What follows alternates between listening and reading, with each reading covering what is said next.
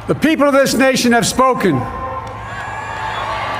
They've delivered us a clear victory, a convincing victory, a victory for we the people. We've won with the most votes ever cast on a presidential ticket in the history of the nation. 74 million.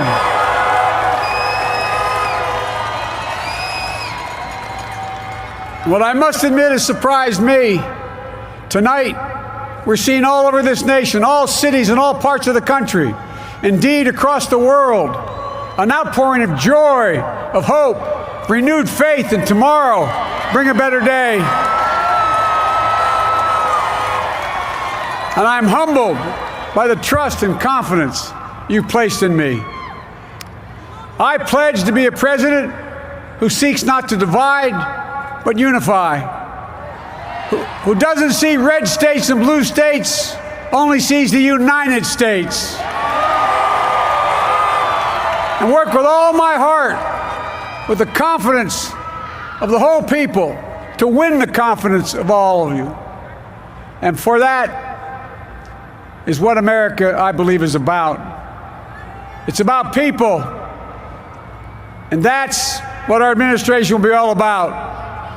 I sought this office to restore the soul of America, to rebuild the backbone of this nation, the middle class, and to make America respected around the world again,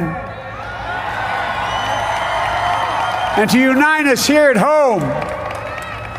It's the honor of my lifetime that so many millions of Americans have voted for that vision. And now, the work of making that vision is real. It's a task, the task of our time. Folks, as I said many times before, I'm Jill's husband. And I would not be here without her love and tireless support of Jill and my son Hunter and Ashley, my daughter, and all our grandchildren and their spouses and all our family. They're my heart. Jill's a mom, a military mom, an educator, and she has dedicated her life to education. But teaching isn't just what she does, it's who she is. For American educators, this is a great day for y'all. You're going to have one of your own in the White House. And Jill's going to make a great First Lady. I'm so proud of her.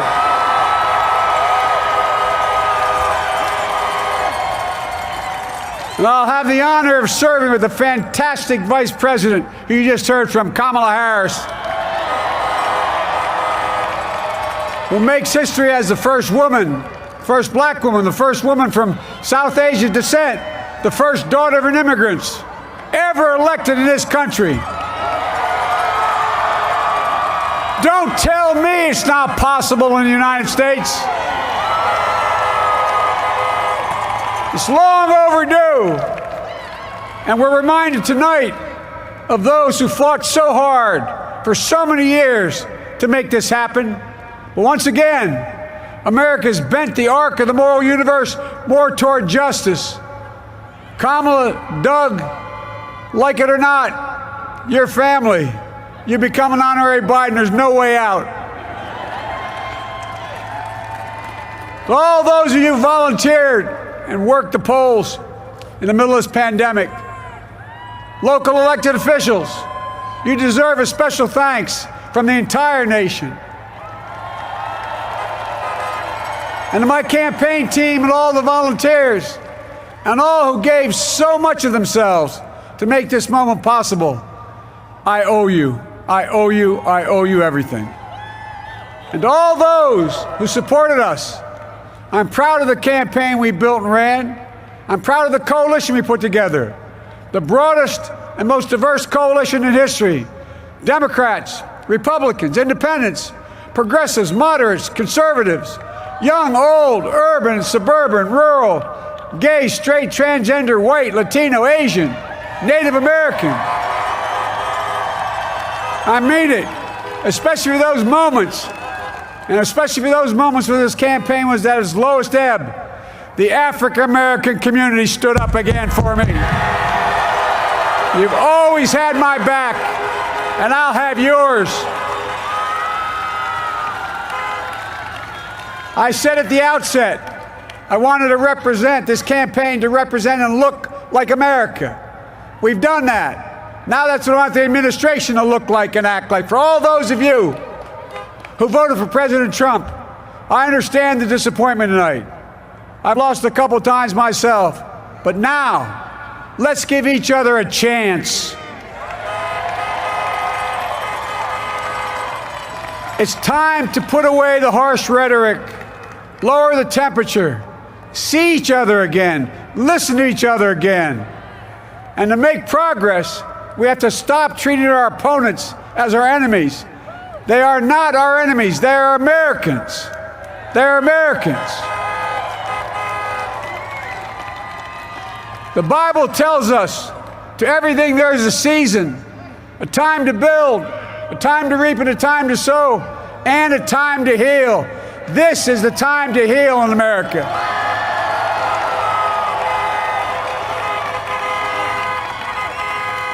Now this campaign is over. What is the will of the people? What is our mandate? I believe it's this. Americans have called upon us to marshal the forces of decency, the forces of fairness, to marshal the forces of science and the forces of hope in the great battles of our time. The battle to control the virus, the battle to build prosperity, the battle to secure your family's health care, the battle to achieve racial justice and root out systemic racism in this country, and the battle to save our planet by getting climate under control, the battle to restore decency, defend democracy, and give everybody in this country a fair shot. That's all they're asking for, a fair shot. Folks, our work begins with getting COVID under control. We cannot repair the economy, restore our vitality, or relish life's most precious moments, hugging our grandchildren, our children, our birthdays, weddings, graduations, all the moments that matter most to us until we get it under control. On Monday, I will name a group of leading scientists and experts as transition advisors to help take the Biden-Harris COVID plan and convert it into an action blueprint that will start on January the 20th, 2021. That plan will be built on bedrock science. It will be constructed out of compassion, empathy, and concern. I will spare no effort, none, or any commitment to turn around this pandemic. Folks, I'm a proud Democrat, but I will govern as an American president. I'll work as hard for those who didn't vote for me as those who did. Let this grim era of demonization in America begin to end here and now.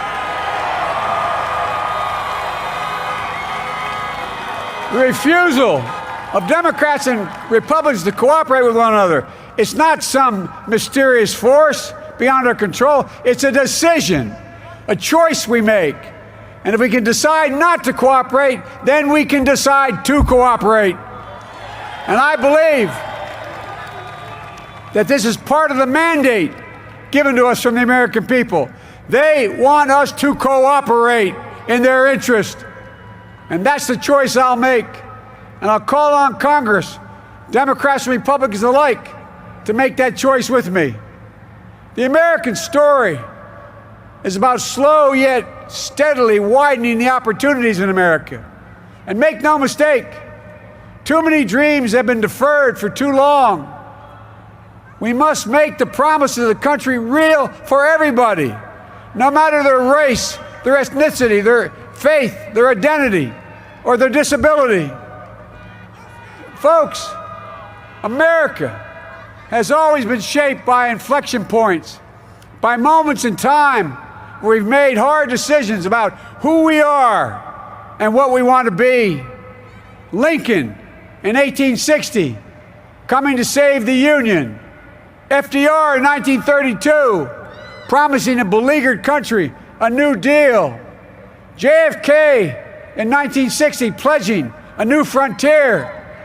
And 12 years ago, when Barack Obama made history, he told us, yes, we can. Well, folks, we stand at an inflection point. We have an opportunity to defeat despair, to build a nation of prosperity and purpose. We can do it. I know we can. I've long talked about the battle for the soul of America. We must restore the soul of America. Our nation is shaped by the constant battle between our better angels and our darkest impulses. And what presidents say in this battle matters. It's time for our better angels to prevail. Tonight, the whole world is watching America. And I believe at our best, America is a beacon for the globe. We will lead not only by the example of our power, but by the power of our example. I've always believed, and many of you heard me say it, I've always believed we can define America in one word: possibilities. That in America, everyone should be given an opportunity to go as far as their dreams and God-given ability will take them. You see, I believe in the possibilities of this country. We're always looking ahead to an America that's freer and more just, ahead to an America that creates jobs with dignity and respect, ahead of America that cures diseases like cancer and Alzheimer's, ahead to an America that never leaves anyone behind, ahead of America that never gives up, never gives in. This is a great nation. It's always been a bad bet to bet against America. We're a good people. This is the United States of America, and there's never been anything we've been not able to do when we've done it together. Folks, in the last days of the campaign, I began thinking about a hymn that means a lot to me and my family, particularly my deceased son, Bo. It captures the faith that sustains me and which I believe sustains America. And I hope it can provide some comfort and solace the 230,000 Americans who've lost a loved one to this terrible virus this year. My heart goes out to each and every one of you. Hopefully this hymn gives you solace as well. And it goes like this: and he will raise you up on eagle's wings, bear you on the breath of dawn, and make you to shine like the sun, and hold you in the palm of his hand.